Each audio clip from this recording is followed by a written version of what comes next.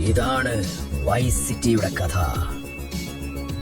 15 വർഷം ജയിൽ കഴിഞ്ഞ ശേഷം ടോമി വർസിറ്റി വിടുതൽ കിട്ടുന്നു.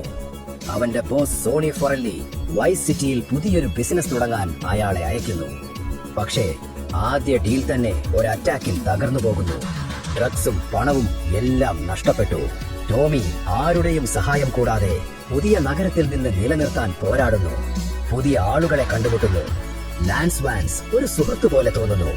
ആദ്യകാലത്ത് ലാൻസ് ടോമിക്ക് ഏറ്റവും വലിയ സപ്പോർട്ടായിരുന്നു. എന്നാൽ സമയം കടന്നുപോയപ്പോൾ സ്നേഹം, വിശ്വാസം എല്ലാം പണത്തിനും അധികാരത്തിനും വേണ്ടി ലാൻസ് വഞ്ചിച്ചു. അവൻ ടോമിയെ വഞ്ചിച്ചു. അവനെ കൊല്ലാൻ തന്നെ ശ്രമിച്ചു. അവസാനം സോണിയും ലാൻസും ഒരുമിച്ച് ടോമിയെ നേരിടുന്നു.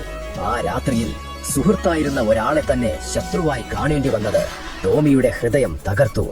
എങ്കിലും അവൻ തളർന്നില്ല. തന്റെ സ്വന്തം കരുത്തുകൊണ്ട് അവൻ എല്ലാവരെയും തോൽപ്പിച്ചു.